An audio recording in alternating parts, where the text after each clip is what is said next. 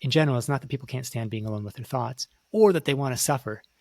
It's that they love the feeling of not knowing the outcome of and having that uncertainty resolved. And I think that has a lot of overlap with running. Like, absolutely. Why do I go out for a run? There's a lot of reasons, but one of them is it's like, especially racing. Why do I choose to race? And it goes back to what I was saying before, that we're not just cars where you can press the gas pedal and you know how fast the car is going to go, and it's going to go pretty much the same every time under the same conditions. With racing, it's not the case. Sometimes you have good races, sometimes you have bad races, sometimes you manage to dig deep, sometimes you don't. Sometimes you meet your goal, sometimes you don't. So there's this opportunity to test something out where you don't know the outcome. And I think that's a really important motivation for running and for administering electric shocks to yourself.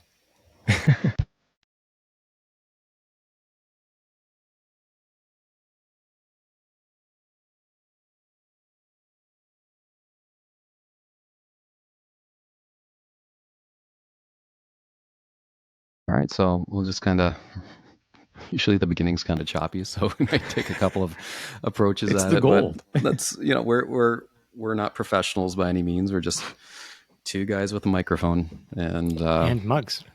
And mugs. That's the first thing you got to get, Alex. You got to get the merch. That's how you know we're legit now, right? We've purchased mugs for ourselves. Awesome. So we'll just jump into it and go from there. So welcome to the Runegade Podcast. As always, I am your host, Runkle Mark, and I'm here today with my colleague and co-host, Todd Marentette. And as tradition, and we are not formally endorsed by anyone yet, but if we were, I'd just like to say that if you're measuring running economy, lactate threshold, or max VO2, there is an athletic brew for you. So, Todd, are you excited as I am today for our guest? Absolutely. And for everybody listening, we have Alex Hutchinson joining us today, and we're super excited. We were introduced to Alex probably four years ago, listening to the Trail Runner Nation podcast, and he was on there talking about his New York Times bestseller, Endure. And we're like, who is this Alex guy? And he turns out to be a Canadian treasure. So, Alex ran for the Canadian national team. He writes for Outside and Sweat Science. And he's always exploring great research, great topics in running, endurance, human performance. And it's just fascinating. And we actually were able to meet Alex, and he came in and gave a talk to our business team, applying the lessons from Endure into the business world. And it was mind-blowing because at first folks were like, what can you learn from running and sport and apply it to business? And it was a lot. It was fantastic. And, from Alex's book, I can't think of a better introduction than what Malcolm Gladwell wrote for him. And it says, there are many things that Garmin cannot tell you. And luckily for many things, we have Alex Hutchinson. So Alex, welcome to the podcast. We're so happy you joined us today. Welcome. Thanks, Todd. Thanks, Mark. I appreciate the invitation. I'm looking forward to chatting. Very nice. Very nice. So just as our listeners know, I am a brand new runner. And I know within your book, you go over so many different stories of endurance and how individuals have overcome challenges at all odds. But what would you say would be some of the common mistakes a novice runner makes when they're starting to build training for, endurance? And is there something that, as a new runner, that I can take away that you would have as just a little tidbit of, advice that you could provide me? Sure. I guess if I had to pick one thing, one mistake that people make most often, it's being impatient, wanting to get there sooner. Definitely, it's not being not ambitious enough. New runners tend to be like, oh, my friends are running a half marathon in 6 weeks. I guess that sounds kind of fun. I'm going to sign up for the half marathon. And that's way too ambitious. And in fact, for a lot of people, you might say, oh, I'm going to do a 5K in 6 weeks. And that might be too ambitious too. And it depends. Everyone's starting in a different place, but running is famous for producing injuries and being hard and all these sorts of things. the root of all evil in running is trying to do too much too soon. So you've got all the time in the world. If you've got something that's hurting, if it feels like you can't achieve what you're trying to get, just relax. Just take a little more time. Running never gets easy. You just start going faster, but you can avoid a lot of the problems if you take your time. And you know what? Patience is key. Now, is that something that you had when you started off your running journey? And for those listening, Alex has a great running story. You know what? He is a super fast runner. He ran for the Canadian national team. He's a 1,500 meter runner. He still runs today. And would you say, looking back, Alex, when you first started off, were you patient? I don't mean to brag or anything, but no, please do. I was always a pretty cautious individual. So I was reading a lot of the book that I read when I was starting running. I got for Christmas. The first year I started running was in high school. Was called The Lore of Running by Tim Noakes. And his philosophy has evolved considerably over the years. But at the time, his philosophy was do as much as you can on as little as possible before you start increasing. So he had written this big 900-page summary of everything we knew about running back as of the 80s, and his overall take was that we should not overdo it. And I really took that to heart. And it's interesting because my wife is a extremely good runner, a better runner than me. And we have just completely different mental approaches to running. So when she's building up for a race or coming back from an injury, she's like, okay, time to do it. Let's dive right in the deep end and see if we survive. Whereas my natural inclination is, okay, today I'm going to take one step. Then next week I'm going to try taking 2 steps. And, by the year 2058, I'll be running, a kilometer nonstop. So, that's less to do with being smart about running and more just, that's my personality. I'm a very cautious person, and that served me well. It was a long time before I got my first running injury. It was, 7 or 8 years I'd been running pretty seriously before I got my first running injury. Conversely, maybe I didn't get as fast as I could have if I'd pushed things a little harder earlier. But I know that sounds like I'm saying everyone makes a mistake of being impatient, but I didn't do it. But that just happens to be my personality. And believe me, I've gotten injured many times since then. You stay running for long enough, and you'll fall into that trap of getting overly impatient or overly ambitious at some point. Any injuries that you're currently nursing right now, or? Why, yes, of course, but they're not running related. No. I broke a rib playing basketball. Actually, I've done it a couple of times in a row in the last few months. So I can run below threshold as long as I'm not breathing too hard. I can run, but once I start pushing it and I start breathing more deeply, then the rib starts to shift. So that's a great way to. The limit. That's a great way to limit your. Who needs a smartwatch or any fancy technology? Just break a rib, and then you'll make sure to stay in zone 2 or whatever the patent balance is. Yeah. And I'll admit that I ran cross country last fall. Put in a really good training block, and I tweaked a hamstring a week before the National Masters Cross Country Championships, and that was really disappointing. That was sort of. That's about as bad timing as it can get. And I took the week off and thought, well, I've already got my, hotel room and everything. I went and started the race, but I couldn't finish it because the hamstring was a little too messed up. So yeah, I've had my share of injuries over the years. The Runegade Podcast wouldn't be possible without our listeners and friends of the podcast. And we have a great friend of the podcast, Path Projects. If you're looking for the best running gear, look no further than Path Projects. They make all the great running gear, from hats to shorts to shell jackets to t-shirts. They are always innovating. And there's 2 things that I love. Their most recent innovation, the Graves PX shell jacket. It's made from their custom Toray material, the same material used in their best-selling Graves PX running shorts. It's lightweight, wind and water resistant. It's fabulous. And it's actually more breathable than a rain jacket. And then the other thing that you can always find me wearing I love their Tensolite t-shirts. This is a soft material. It's lightweight. It's got any-odor resistance. Hey, it looks fabulous. Great cuts. So check them out and use the code Runegade10 for 10% off your order. Now, Alex, for those listening and dial it in and watching us on YouTube, you have a great, running story. You have a great kind of educational story as well. So you started off as a physicist. You have a PhD in physics. And, to prep for the show, I was reading Richard Feynman's Surely You're Joking, Mr. Feynman. Have you ever read that his memoir or his In fact, stories? I reread it just like a couple months ago. Yes. Oh, there you go. So, my background, I'm an engineer, and there was a topic or a chapter in there where he's telling a story about, as a physicist, he had to go out to Los Alamos and he had to play mechanical engineer for a few weeks. And he went in with this physics mindset, theoretical first principles, prove everything.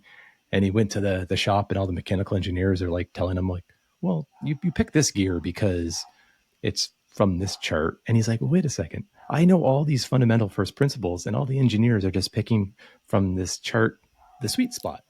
And they don't have the fundamental principles. And I thought, hey, that's a great kind of way. I'm really good at, first, picking stuff from charts, but I'm not that good at fundamentals. And I'm probably pretty sure listening and reading to you, the fundamentals and the first principles quite well. That's the old physics versus engineering. I got to be careful going too far down that road. But it's different approaches to trying to achieve different things. Like you don't go to a physicist if you want someone to change your light bulb or to, metaphorically, if you want someone to get your car to work or whatever. It's a different kind of curiosity. And actually, I think I hadn't really thought about that, but it's a pretty good kind of, metaphor or illustration of how I think about running. So I'm really interested in how things work. Like why do we, like, how does the circulation of oxygen work? How do our muscles work? What dictates our limits? And the engineering question is, how do we change our limits? How do we go faster? And, I wrote a whole book on limits. And the first question everyone has, okay, so how do I use this to go faster? And I'm not stupid. So I did try to include some practical advice, but it's kind of weaseled in at the end and it's not very convincing. The truth is I was more interested in the hows than in the whys. And so, yeah, I guess maybe I'm more of have a physics approach to running rather than an engineering approach to running. And you need engineers to tell you how to run in the same way that you need coaches and things like that. And so I've always relied on people who have practical experience, but that's it's kind of a different focus or a different kind of knowledge. That's why the best coaches aren't necessarily exercise physiologists. They're working, or they're focused on different problems. Well, I think you just laid the groundwork right there, Alex, for something that's very interesting. So you speak to who you are, the wanting to know the how behind, the why behind running and human performance. So that probably leads, that first question is, why you, and as being a runner, why did you pick human performance as the topic? But then first, even the foundational question, why did you choose to write a book? What inside of you was itching at the surface to write a book? Because that's a big journey in itself, right? Yeah. Well, let me digress by saying I'm in the hopefully closing stages of writing another book right now. And every morning I wake up and say, why did I choose to write a book? It's awful. The battle, right? The battle. It's Endure came out in 2018. It's 6 years later. It's been I feel like I've been hauling stones uphill for those 6 years. So yeah, why Endure? Endure was, or why a book? I mean, Endure was the culmination of a long journalistic journey, because I started, like, I left physics in 2004 and went to journalism school and for a year. And then I started out as a general assignment reporter. And then I at the Ottawa Citizen. And then I was a freelance journalist writing about a lot of different things. Like I wrote about, I covered accounting conferences for The Bottom Line, Canada's accounting monthly. And it was only over the course of a couple of years that I started to think, well, I know a lot of, like, I really am interested in running. Maybe I could write some stuff about running. And I have a science background, so maybe I can, fool some editors into thinking I know something about the science of running just because I have a PhD in physics. So I started to get some assignments on the science of running. And lo and behold, I didn't know a lot about the science of running before that. I'd been a runner and I'd been a scientist, but I hadn't been someone interested in running, or someone who had access to knowledge about running and science, which is an important point, because at the time there was all this science, like there was lots of research being done, but there wasn't a lot of translation of that research. There's a lot of things that I discovered when I started reading these papers and reporting on the research that I was like, well, hell, I wish I'd known that when I was competing seriously. Like that's annoying that I only, sometimes in some cases I was reading research and I was like, this was taking place at McGill University where I was an undergrad on the cross country team and I didn't even know about it. Like, wow. What's going on? So that told me that, first of all, it's an interesting topic, and that there might be an audience of people like me who were interested in running, who liked to know how things worked, who wanted to know about the science, didn't want just everything distilled into the simplest platitude possible, like I did at the beginning of the show. And I was like, well, just be patient. I mean, it's good advice, but it's like, I want to know, well, why should I be patient? What happens when I'm patient? What happens when I'm impatient? Like what happens to my muscle fibers? What happens to my cardiovascular system? So I got interested in that. Sorry, I'm making this a long answer, but so let's say around 2008, 2009, I started to do that sort of reporting and really get into it, and found some, maybe most interesting to me, started to see research on the role of the mind, and sort of arguing that we can't understand the limits of human performance, and we can't understand the limits of running just by thinking of the body as a machine in the engineering way, let's say, that we have to incorporate the role of the mind. We have to understand, not just in a woo-woo, like, you have to try really hard, but how does the brain interact with the muscles? What dictates how that happens? So I started writing a lot about that as a journalist and blogging about it. I set up a blog called Sweat Science because I had way more stuff than I could pitch to magazines or newspapers. And after a few years of that, I thought, okay, I haven't seen a book that really addresses this. Although subsequently, Matt Fitzgerald wrote an excellent book called How Bad Do You Want It?, which covers some of the same ground that I ended up being interested in. But I thought there was still more to say. And so eventually, it was a point where I thought something interesting to say, a lot of research, and because of my journalism, I had actually already done a lot of the research, which is I think a lesson that I didn't take into my next book. It's like, oh yeah, spend 10 years researching before you decide to write the book, because then you know a lot. But so writing a book was natural. And then look, there's I could spend an hour answering this question, because there's other factors too. Like when you're a magazine journalist or a newspaper journalist, you're writing for a specific slot in the magazine or newspaper. You're writing for editors. You have to fit to a certain word length. You really have to be sensitive to the perception of what the audience wants.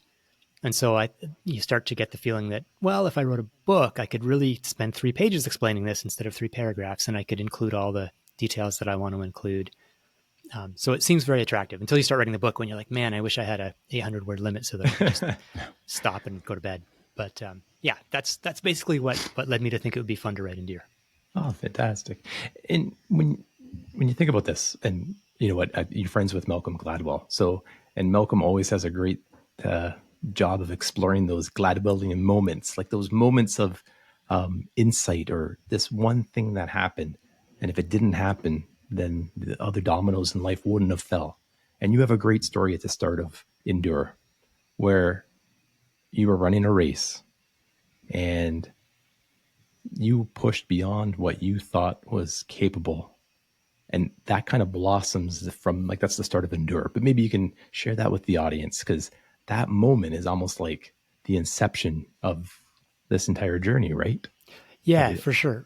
And I think maybe I only realized it in hindsight, but I do think it was the start. So basically, I'll try and keep it sort of medium short rather than telling the 2-hour version of the story. But basically, as a 1,500-meter runner, 1,500's a little shorter than a mile, I wanted to run sub 4 minutes. That's kind of a benchmark when you're coming up through high school. And I ran 4:02 in high school, and I assumed it would be pretty straightforward to get under 4. But I really hit a wall for about 3 years. By the time I was in third year university, my best time was 4:01, and I'd run similar times and equivalent times in the mile a whole bunch of times. And I really had the sense at that point that I was bumping up against the limits of what my body was capable of. By this time I was 20 years old. It's not like I had a lot of growing left to do. I was already I'd been training hard for several years. So I thought I knew I could go under 4 minutes, and I really wanted to check that box off, but I figured 3:58, 3:59, that would be, a good lifetime achievement for me. And what happened in my third year of university, at a totally meaningless small indoor race, I went out to run the 1500 again. And there was no competition really. So I was kind of running against the clock, and I'll cut the story short and just say what happened is that the timekeeper was giving me the wrong times. Basically, I think he had probably missed the start or something. So when I came through the first lap, it was 200-meter track indoors. He was saying 27 seconds, which is way faster than than I had ever thought I could go. And so there was this disconnect between, well, I actually feel pretty relaxed, but yet he's telling me I'm going out in 27 seconds. This is great. And this, the next lap, 400 meters, 57 seconds. Like, wow. 57, that's really fast. I'm on pace for a great time, and yet I feel surprisingly good. And the times were so out of whack that by about the third lap, there was no more connection. I didn't even know what the times meant anymore because I'd never thought about what those splits meant. I was so far ahead. So I stopped listening to the splits and just said, something's going on today. I'm having an amazing race. Don't waste it. Like, just put your head down and run. And so I ended up running 3:52.4. Which was a 9-second personal best. A 9-second PB in a 1500 meter. That's and this is not for someone who just picked up the sport 2 weeks ago. I'd been training hard and running 1500s over and over for years, and so it was totally baffling, totally inexplicable. And after the race, one of my teammates had taken my splits, and he was giving me. I was like, oh, I didn't go out in 57. I went out in 60 something, and so I realized that the timing had been wrong. But the interesting part about that is that, once I went back to proper timing, I didn't just regress back to a 4:02 guy. I in fact, in my next 1500, I ran 3:49, and then the one after that, I ran 3:44. Wow. And all of a sudden, it was like it had unblocked something for me. And so, even at the time, that didn't make me a believer in sports psychology. We had a sports psychologist working with the team. We still didn't, it just didn't seem real to me or to anyone else on the team. We didn't really believe in it. But in hindsight, I think that really instilled in me the idea that, again, like I was saying before, you can't just think of the body as like a car with a gas pedal and you press on the gas pedal and it goes. There's more to it. The brain plays a role in ways that are really hard to quantify and really hard to put your finger on. And I wish knowing that allowed me to just tap into those reserves, at will. It didn't. But it definitely changed me, or changed my approach, so that I never assumed that after a race that's as fast as I can go, that's the limits of my capability. There was always the sense that maybe next week I can go faster. Maybe I'll find a way of tapping into that reserve. And that's ultimately what I ended up exploring in Endure is, okay, where do these reserves come from? What do they mean? How can we tap into them? Oh, that's fascinating. Excuse me. And with your writings in Endure, the amount of research that you've put into that book alone is just immense. So were there any really surprising discoveries, without spoiling the book as well, but what would be one of the top things that from all the research that you found was just a huge aha, or something that you just couldn't quite believe when you first read or discovered it? Yeah, I mean, so a lot of the research I was looking at was running related research, and that's it's an area I've been thinking about and reading about for a long time. So there weren't a lot of oh my God, I can't believe it. You should be running on 1 foot, not 2 feet or whatever. That's what I've been missing all along. Exactly, the secret. But in trying to explore the nature of limits and endurance, I was also trying to broaden my lens and think about other ways that you can get at these limits. So, for example, okay, when you run, you feel you're out of breath, and you feel like that's one of your limiting factors. You can't get enough oxygen. So, to what extent does oxygen really limit us? And so, I looked at a lot of altitude stuff and mountain climbers, but I also looked at free divers, and that was an area that I knew nothing about. Mm-hmm. And I would say that is the body of research, and also the body of human endeavor that most blew my mind and made me think that can't be right. Like that they can't really dive down like 300 feet on a single breath. And then it's like, you have to judge your limits so carefully there, because then you have to, when you're only halfway through what you're capable of, you have to turn around and get back to the top. So like, if I thought pacing running was hard, pacing a free dive down to 300 feet below, and then you have to make it back up before you black out. And like, even just in the context of that free diving, so they do like the static breath hold. If you just put your face down in the water, stand there and hold your breath, how long can you hold your breath? And it's like, I can't even remember what the record is. It's like 11 minutes and 30, 11:40, something just stupid. Just like, and that's not with any tricks. Like, sometimes magicians like David Blaine did a trick or did a demonstration, but he breathed the pure oxygen for a while before. So that kind of thing allows you to hold your breath a little longer. This is just like no tricks, no aids, just put your head in the water and suffer for 11 minutes. So yeah, that would be the big surprise for me. Well, in the book, you explore a lot about suffering and pain, and well, Todd knows lots about this. We all do. If you it's run a topic long of enough, fascination for all of us, right? That's right. If you run long enough, you're going to come across a pain that you might want to. Then you got to talk to yourself. Is it a pain, or is it your mind trying to slow you down or get you to stop? And that's what I loved about in Endure, is that understanding that. And I think you shared with those once, Alex. It's all about training yourself to be able to hold your finger to the flame a little bit more. And the more you cope with pain, find peace with pain, the more you can push through. And I'm not saying like in an unhealthy way, but from your research, maybe like what was the most surprising thing about the pain perspective parlayed into like athletic performance or human performance? Yeah. So I think maybe I'll answer this for starters by saying, going back to Mark's question about what would I tell a novice runner, I think one thing people don't really appreciate when you think about like taking up running, that let's say you get off the couch and decide you're going to run a 5K in 3 months. And so you go out and do a sort of coach to 5K program. You go for progressively longer runs, and you're going to be aware that your body is changing, right? Your legs are getting stronger and your heart's getting stronger, and you're able to do things that your body wasn't capable of. I think what's less appreciated is also that you're learning to deal with uncomfortable sensations in a different way. So when you first go out for that first run or whatever, you run for a minute and you feel like you're suffocating, right? You can't catch your breath, your legs are burning, and you're like, I have to stop because I'm about to die. So you stop and walk for a bit, and then you do it again. And 3 months later, you can run for a lot longer before you feel like that. But even once you feel like that, you're also your perception of the sensations has changed. So you're panting, you're out of breath, but you realize that doesn't mean I'm dying. That just means that I can't keep up this pace forever, but I can keep it up for a little longer.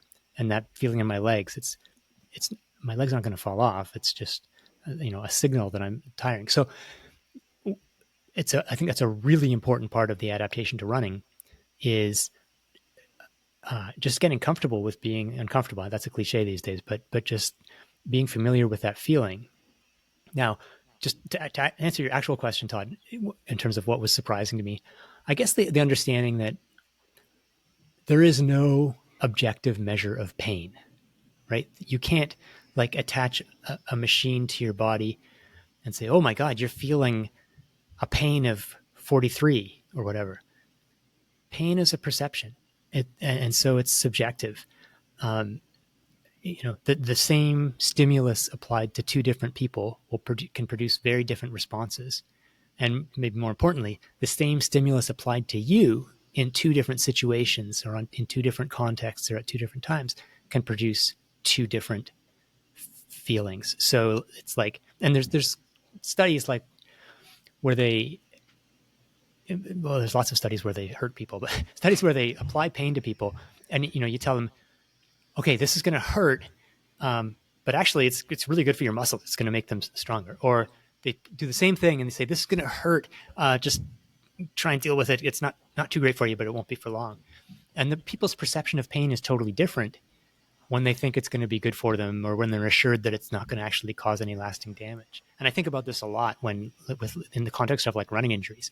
You've got a pain, you don't know what the pain is, and you're worried it indicates that you're going to have to drop out of your, you're going to have to not be able to run your marathon, or, miss your goals or whatever. And you just want to know what's going on. And then you go to the doctor, and the doctor, if you're extremely lucky, the doctor is able to say, oh, that's just X, that's just Y. You've got this, it'll be gone in 2 weeks. It's not a problem. Or it's, or even it's like, you got this, it's not going to get worse. But and all of a sudden, this exact same pain, it's like, it doesn't bother you anymore. You don't care because it's not a stress fracture after all. It's like, thank God, it's just some tendonitis or whatever. So that realization, it sort of frees you to kind of negotiate with pain a little bit, to understand that part of what you're experiencing is the way your brain is interpreting the signal. Is it a sign of crisis, or is it a sign of just information? Can you think of this incoming signal as just information that's telling you how your body's doing?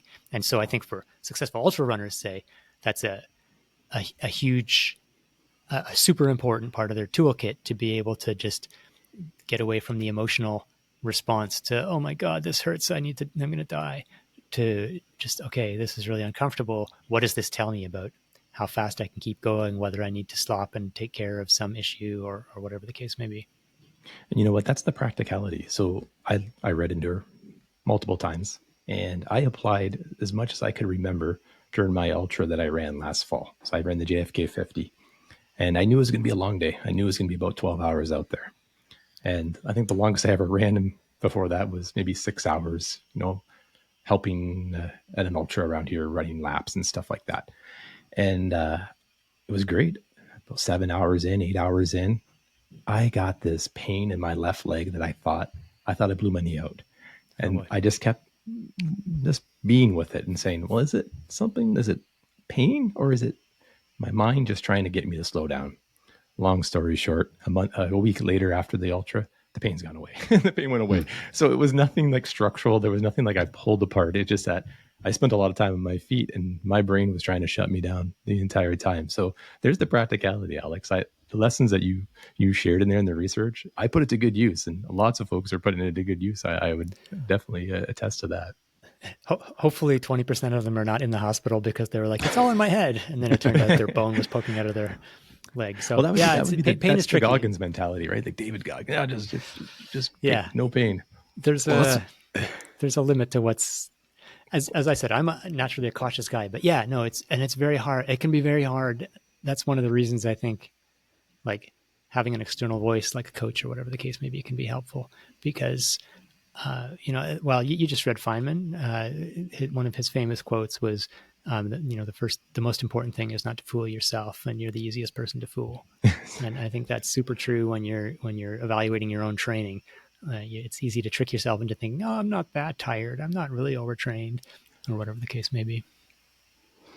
Do you think age also factors in? So what I mean by that is, I just crossed the 40 line last year, and when I run, I try not to push myself too much. I mean, I guess part of that is that I'm not training for a race and trying to improve my runs each time I'm out there. But I'm thinking that, as I'm aging, and if I start feeling any kind of twinge or any kind of sensation in a knee or a back, then I'm automatically letting off, because I'm thinking about, if I was to have an injury, what that means about, being able to play with my kids, or being able to get out for that next run in 2 or 3 days, or anything like that. So I find that I am very sensitive and very in tune with my body at this point in time, but I am not also a hardcore athlete that's out there trying to, test the limits of my capabilities. But what are your thoughts on that overall with age and pain threshold?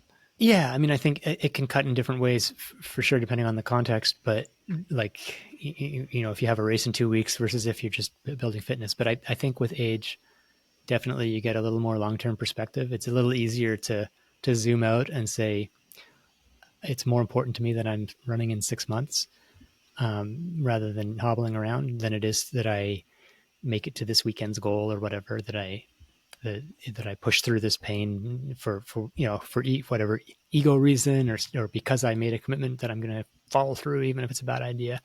I think we get that with age. We also get that with experience from once you've had a few injuries, you're like, yeah, I should take it more seriously next time when I feel that twinge or whatever. It's because missing 2 days would be nothing compared to having had to miss 2 months. Right. So yeah, I think those lessons come easier with age. I think young people can internalize them too, but it's easier said than done.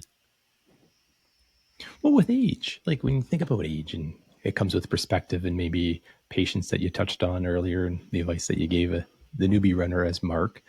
But one thing that's always kind of fascinated me is and it relates to the mind. And I read somewhere, it might have been from you, Alex, the folks that would rather choose a painful experience over boredom.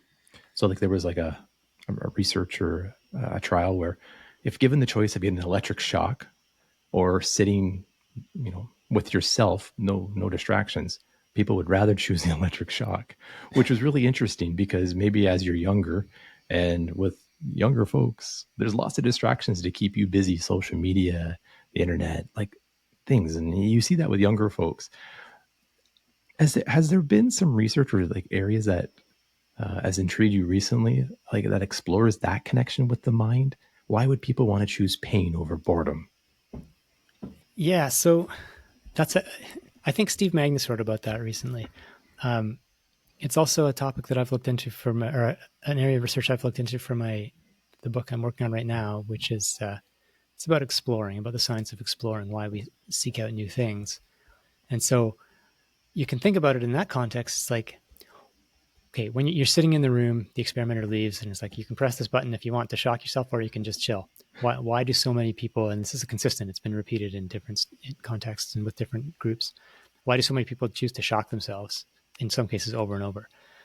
Is it because they don't want to be alone with their thoughts? That's kind of, they hate being alone with their own thoughts? Or is it because they're curious? It's like, I wonder what it is like to get shocked.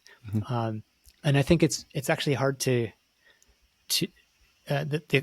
that experiment doesn't really answer that question. There's another experiment that's similar where they leave you alone in the room, and there's a jar of pens, and some of the pens they're electric shock pens.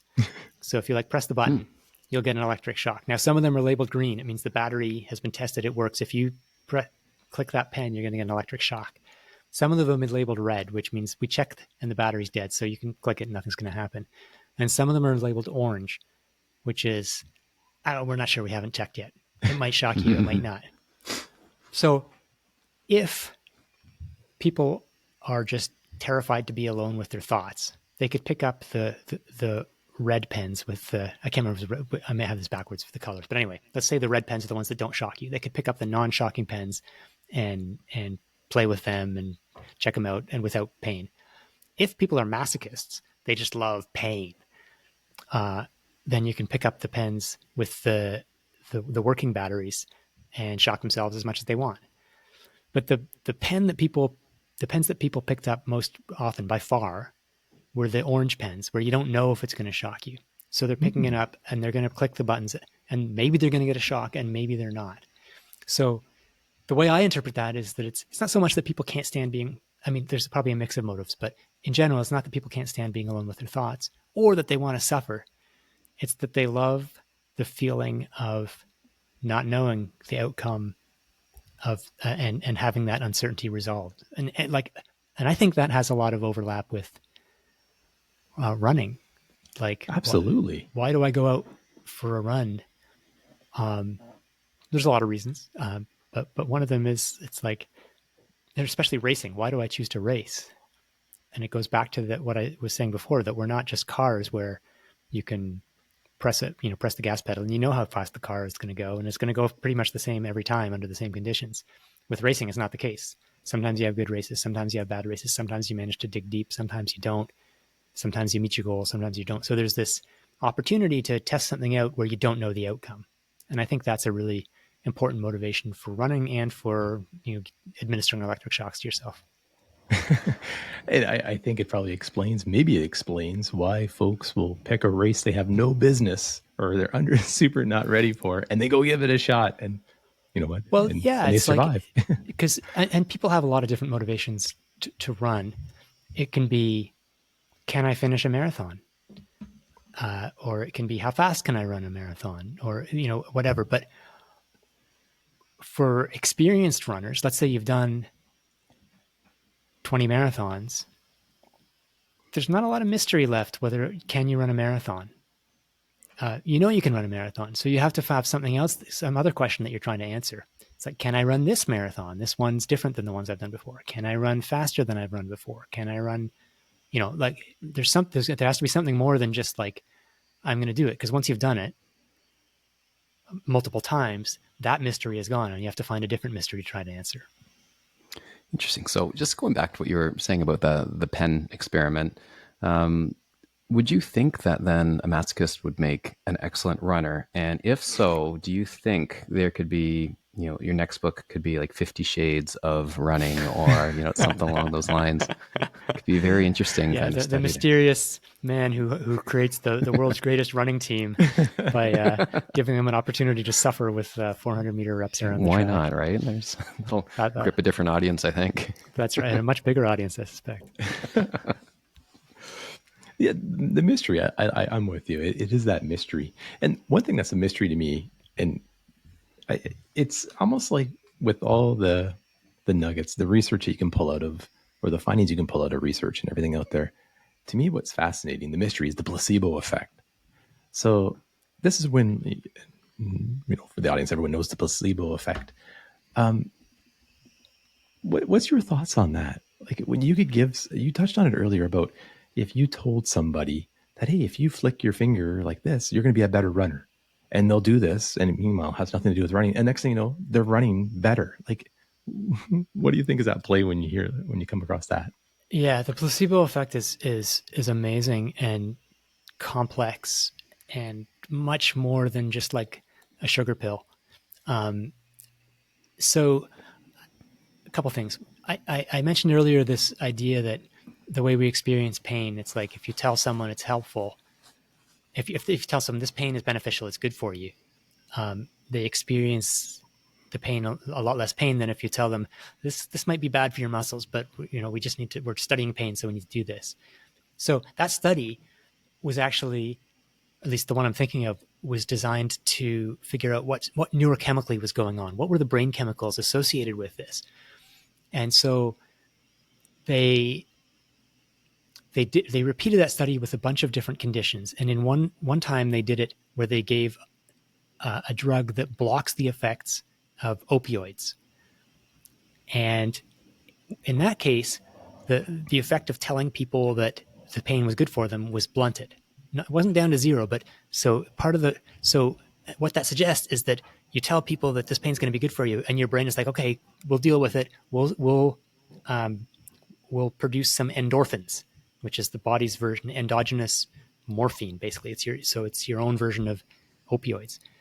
They're like, well, maybe it's also like something to do with the body's version of cannabis. So they gave a blocker that blocks the effects of endocannabinoids, which are the brain's version of what triggers the same receptors as cannabis.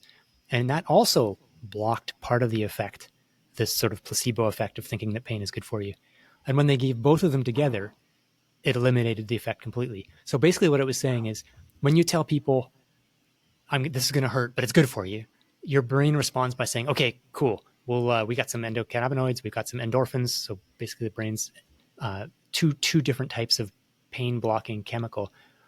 It's not just that you're willing to submit to the pain really is less because your brain is producing these chemicals. So I find that really fascinating, that the placebo effect isn't just that it makes you willing to try harder. Now, that being said, when we talk about running performance, I think there's another layer beyond brain chemistry where, sort of make this a long answer, but I guess the main argument in Endure is that if there's one master switch that determines your limits or determines your endurance, it's your subjective perception of effort. It's how hard is this relative to how hard I'm willing to push. for you know, yeah, how hard is this? How hard is this effort? And it's effort is different than pain. It's not just pain. Effort is like this. The way I define it in the book is the struggle to continue against a mounting desire to stop. So pain is one thing that makes you want to stop, but other things might make you want to stop too, like boredom or the feeling that the belief that you're not really going to be capable of meeting your goals or whatever. So subjective sense of effort is this master switch that determines whether you speed up, slow down, or quit. There are ways of changing your subjective sense of effort. One of them is with things like motivational self-talk. If you're telling yourself, I can do this. Yeah, I'm ready for this. I trained for this. I know I can it's hard, but I'm ready for this. Your brain is evaluating all the signals coming in, your temperature, your heart rate, your signals from pain signals from your muscles, but also this overt internal monologue in your head that's saying, this isn't so bad, I can do this. And it's saying, okay, yeah, this is a 7 out of 10. Whereas if you're saying, like many of us, including me, do in the middle of a race, this sucks. Why do I do this sport? Like, I'm such an idiot. I could be lying on the sofa right now eating Cheetos. Then your brain is like, in addition to all the signals from your body, it's also getting this signal from your conscious monologue saying, this is brutal. So you're like, yeah, this is more like an 8 out of 10. I'd better slow down a little bit. So the placebo effect, I think, one aspect of what we call this broad category that we talk about as a placebo effect, part of it can be the sort of the motivational effect of our internal monologue, and more broadly speaking, our self-confidence, our self-efficacy, which is our sense of whether we're capable of doing what we set out to do. So there's a whole bunch of things that get mixed in under this umbrella of placebo. That's fascinating. Interesting. So what role then do you think genetics can play on an individual's potential for endurance performance? And then also with that, like what extent can then training overcome that if you have a genetic limitation? Phew, you're dropping me in a controversial topic, because that's linked to the question of, why are the Kenyans so good? Why are Ethiopians, why do they dominate running? Is it all genetic or is it cultural? Right. Yeah. And that, like, to be frank, it's a challenging and controversial topic, because it's kind of, you can understand that. Let's say you're the Olympic champion, and people are saying, well, you were just born to be good. That, it takes away the agency of the people. It sort of diminishes. It could be read as diminishing the accomplishments of Kenyan and Ethiopian runners to just say, well, it's not that they try harder or that they're more skilled. It's just that they were born that way. Now, so that's my preface to say super complicated and potentially controversial topic. I'll give you my opinions. My opinions is that there's probably some genetic effects that influence, related to generations and generations living at high altitudes, that are beneficial for certain groups, population groups like Kenyan and Ethiopian runners. Those effects are probably super subtle. So because there's also a huge cultural component. Running isn't the most popular sport in Kenya. Soccer is, but running is popular enough that it's akin to hockey in the sense that running is a way that you can really change your life in Kenya. The average income is quite low. Large parts of the country are sort of agricultural, subsistence farming. And so if you go and make a few thousand, even $5,000 a year racing abroad, you've just changed your life. So there are thousands of people who are training at a level that maybe a half dozen people in Canada might train at in a given year. And so it's not surprising that they produce more great runners. So all these things are mixed together. Now, if we bring that back to the rest of us, someone goes out and, you go out you're taking up running in your late 30s or early 40s, and you're trying to figure out, like, how far can I go? How good can I be? Or am I, are my genes just, I just wasn't meant to be fast. I would say genes matter for sure. Some people are going to be, with very little training, will be better than a lot of people will be, even if they spend their lives devoted to running. And there's tales like there's tales. There was a great Kenyan marathoner about 10 years ago. I can't remember his name. One of the best marathoners in the world. And it was like 2 years earlier, he was a barber. And one of his, he was cutting someone's hair, and he's like, "Oh, you look like a runner. You should try running." So he tried running, and immediately he's like a 2:08 marathoner or whatever. And so he starts training, and like I'm exaggerating a little bit, but it was literally a sort of 2 or 3 year. It's like, oh, maybe I'll try running. I know now he's like one of the 3 best runners in the world. That's not a trajectory that most of us could emulate, no matter what we did. In practice, I would say that 99.99% of runners, even quite serious runners that you'll meet at a road race here in North America, are not significantly limited by their genetics. You'll run into a genetic ceiling at some point, but it's a long road before you start running into your genetic ceiling. In the same way that I discovered when I was running 1500s and had the sense that, boy, 359 is probably my ceiling. I've put in, 4 years of pretty hard training, like pretty rigorous, serious training, really going for it. I can't get any faster. Then all of a sudden something changed, and I was 17 seconds faster over the course of a few weeks. And I got faster after that. And maybe I still believe, I like to think I could have gotten even faster if things had gone a little differently, if I didn't pick up a couple ill-timed injuries. So the genetics, it's real, but it's not a practical concern for most of us, is the way I would put it, I guess. Yeah, so look at your story, right? You were able to pull that 9 seconds off, and you were the same person 3 weeks prior and after. So there was something else at play. And that's the fascinating to your earlier comment about the mystery. So, when you think of endure, what's your opinion then? Is there actually a limit to human potential and performance? Or is it always going to be incrementally raising the bar, and we never actually reach a potential limit? What do you feel on that? Yeah, another hot button question, another controversial one, or not controversial, but much debated one. So a couple things. One of the studies I mentioned in Endure is this comparison of horse racing records and dog racing records to human records, and by and large, horse racing and dog racing records started to plateau in around the 1950s. The Kentucky Derby record is still from 1973. Horses and dogs aren't getting a lot faster, and there's not more putting money. super shoes on the horses yet. Yeah, well, that's the problem. They need some carbon. Yeah, well, instead of iron shoes. But look, there's tons of money in horse racing and even in dog racing, more than there is in human racing.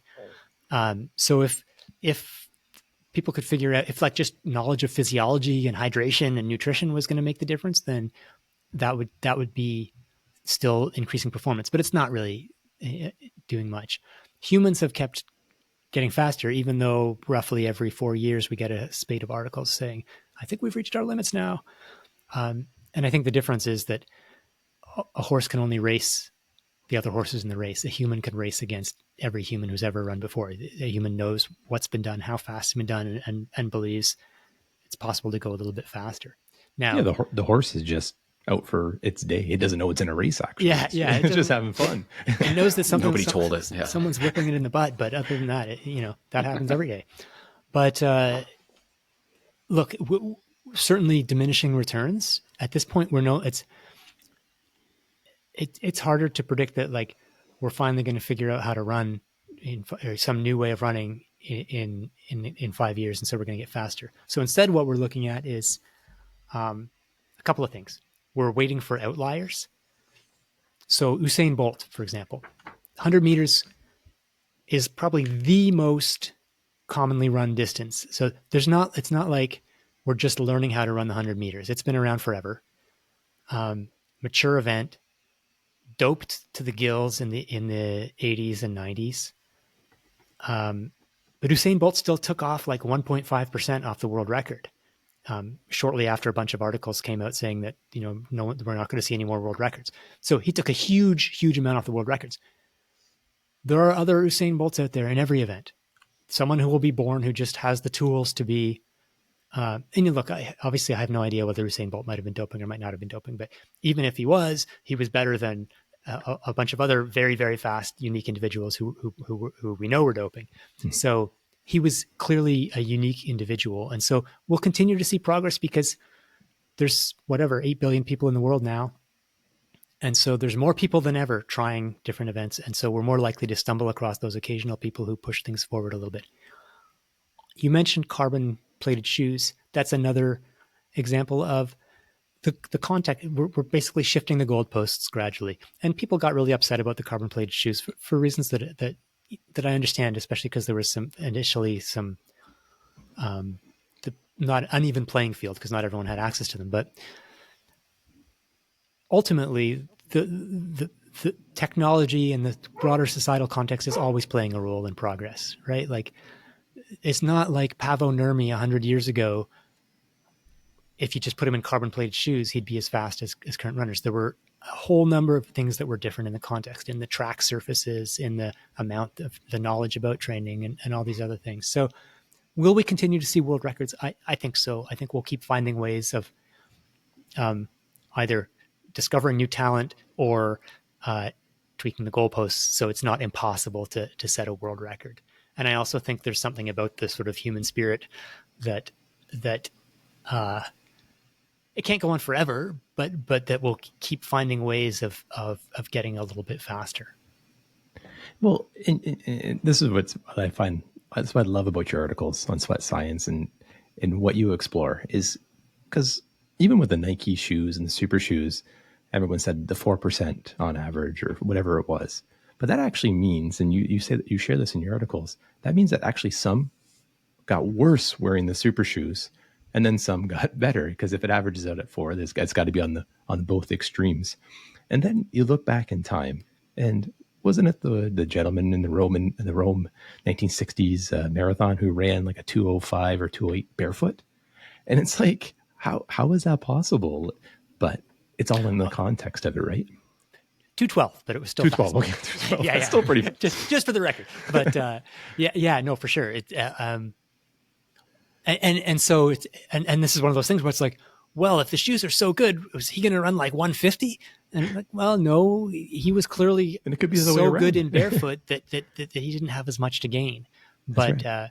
I mean, it's look, that's maybe a whole nother discussion, but it's clear that a lot of the runners who are currently the best runners in the world probably are those who respond the best to the new super shoe technology type of super shoes. Because if it's an average of 4%, and those were the first generation of shoes, so let's say it's an average of 5 or 6% with the newer shoes, some people are probably getting 10%.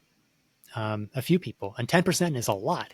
It takes a very, put it this way, if I got 10% magically, I could have been a contender. I could have been somebody.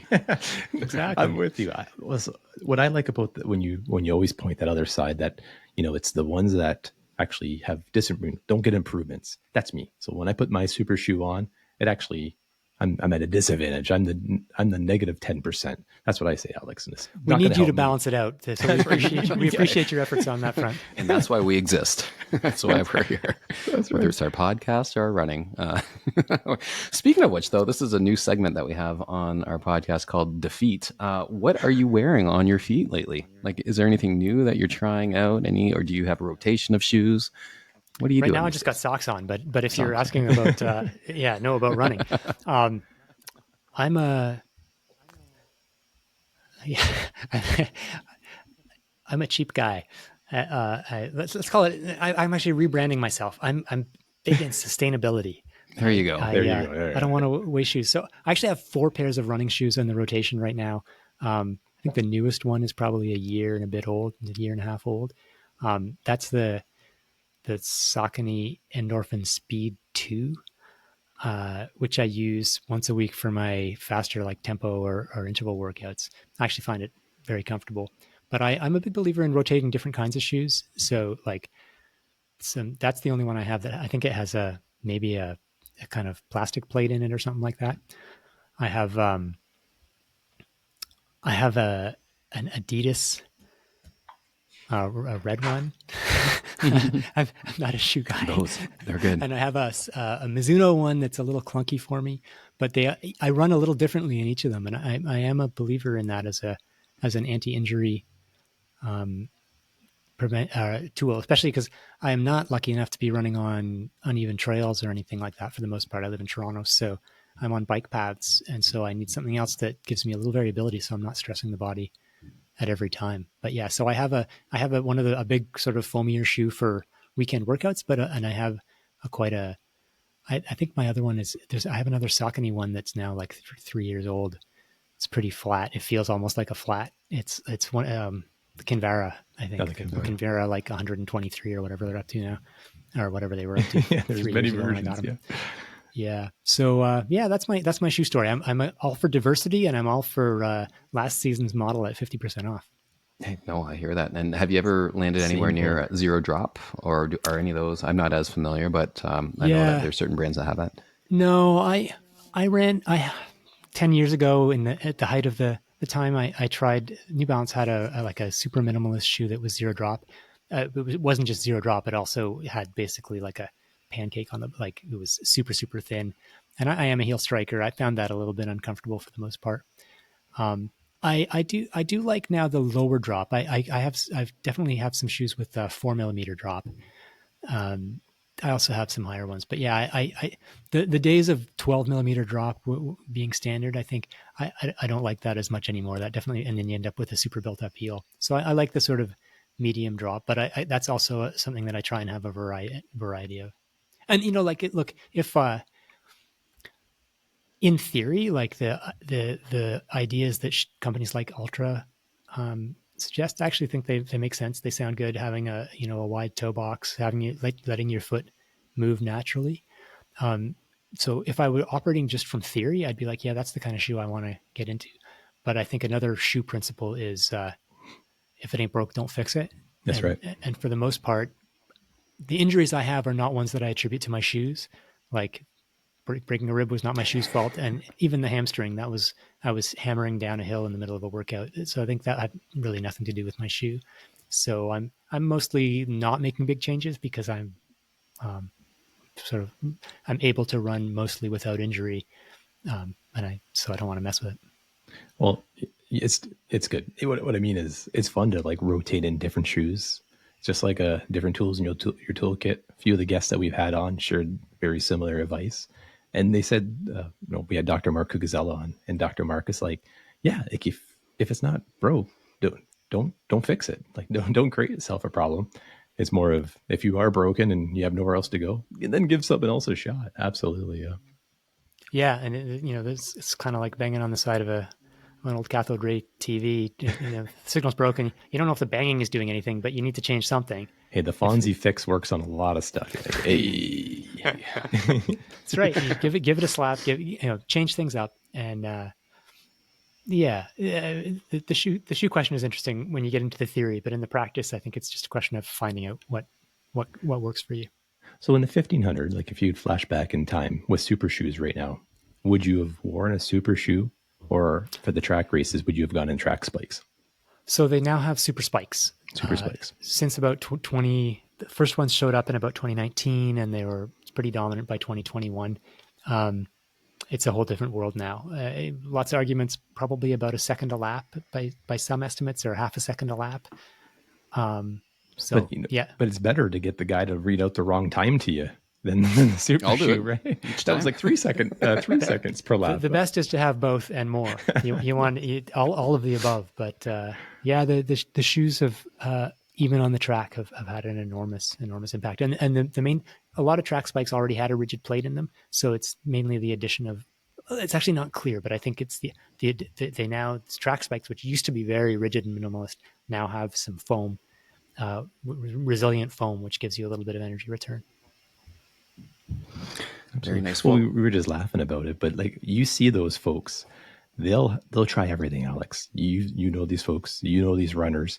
They'll show up to the starting line. They have KT tape on. They have this aerodynamic everything. They're trying to get the 1% on everything. You've researched this. We trust you. You are that sober second thought. What 3 things would you give to a new runner or to a mid-packer to say, these things are proven, it works? And what are like a couple things that that most people believe works, and the research shows there's no effect or it's actually worse. Like, what advice would you give to those runners who show everything? They're going to dabble in everything. That's a really tough question, and I think that yeah, I guess my starting point would be the vast majority. And this is tough because that guy who's trying everything, he's my guy, right? Like he's my core audience.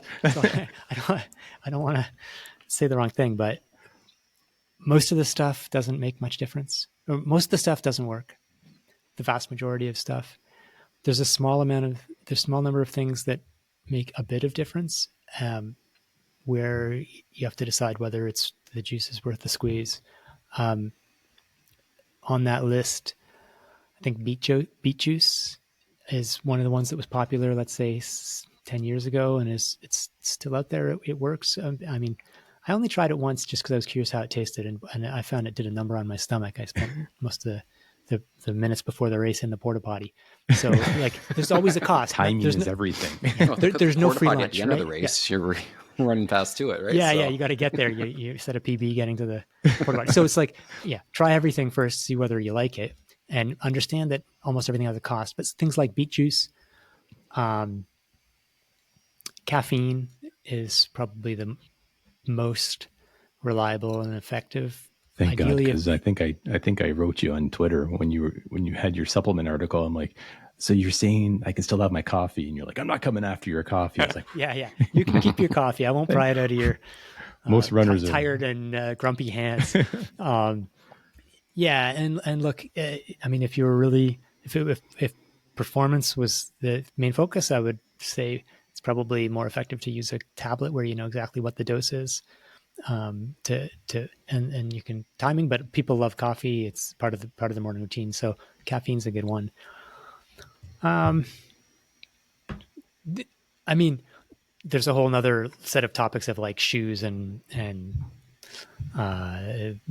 recovery modalities like ice baths and things like that, where it's like the ice bath is a good example actually of a general class of things where it's like, if you look at the research, the evidence that ice baths accelerate recovery is between slim and none. Maybe it does. There's actually probably as good evidence that it hinders long-term adaptations. So if you're training and you use ice baths, let's say you go to the weight room or you do a good workout and then you hop in the ice bath, it's going to interfere with, by getting rid of the inflammation, it's going to also get rid of the signal that tells your body to get fitter and stronger. And yet, feels great. It feels good after a workout. You feel the next day, your legs feel better maybe. And so a lot of athletes still stick to it. I think athletes tend to now use it more judiciously. It's not like after every workout, go to the ice bath. It's during particularly heavy training periods where recovery is difficult, or at a competition. Let's say you're at the World Championships and you have heats and semifinals and finals. You're hitting the ice bath after the heats and the semis to recover for the next day. But that's a good example of where like everyone used to take ice baths, and then the research was like, it doesn't work, or it's actually even bad for you. And so there was a sense that nobody should take ice baths. And then the pendulum's kind of settled back in the middle of like, maybe you take it, maybe you don't. It might have some benefits, but it also might have some downsides. If you love ice baths, carry on. If you don't love ice baths, if you hate ice baths, don't feel any need to take them, because you might have negative effects as well as positive effects. And that's similar with like stretching and stuff like that too. So it's very hard to give a list of like, do these 7 things and don't do these 7 things. 'Cause anything I would say you should not do, other than spend like $500 on bogus supplements from podcasters, is there's someone somewhere who's sure that they're getting benefit from them, and they may well be. Who am I to say that any individual is not? But it's, in terms of the big rocks, like you want to run better at your next race, train, recover, rest, eat, all that kind of stuff. Whether you're taking a given pill or taping stuff to your body or doing foam rolling or whatever. Put it this way: I don't do foam rolling. I don't stretch. I don't ice bath. I don't do any of that stuff. I don't see it as important. But that's why we love you, Alex. That's what I love to hear, because I'm that foam rolling. That's pretty tough. I'm also not going to the Olympics or anything. So like consider the source of the advice. Oh, for sure. No. Oh, that's good. It's a good advice. It's just gives you something else to think about, right? It's sometimes we overanalyze, we'll overcomplicate things, and what you just shared there is the advice that are coming from the elites, the ones that know. It's the simple things: train well, sleep well, recover, eat well. And that goes. I mean, just complicated. To jump in, that kind of goes for data and stuff too. Like, should you be tracking your heart rate variability and what pace should you be at? What should your training zone be? Blah blah blah. I don't do any of that stuff. There are people who do it and do it very well and get benefit, or either get benefit from it or believe they're getting benefit from it.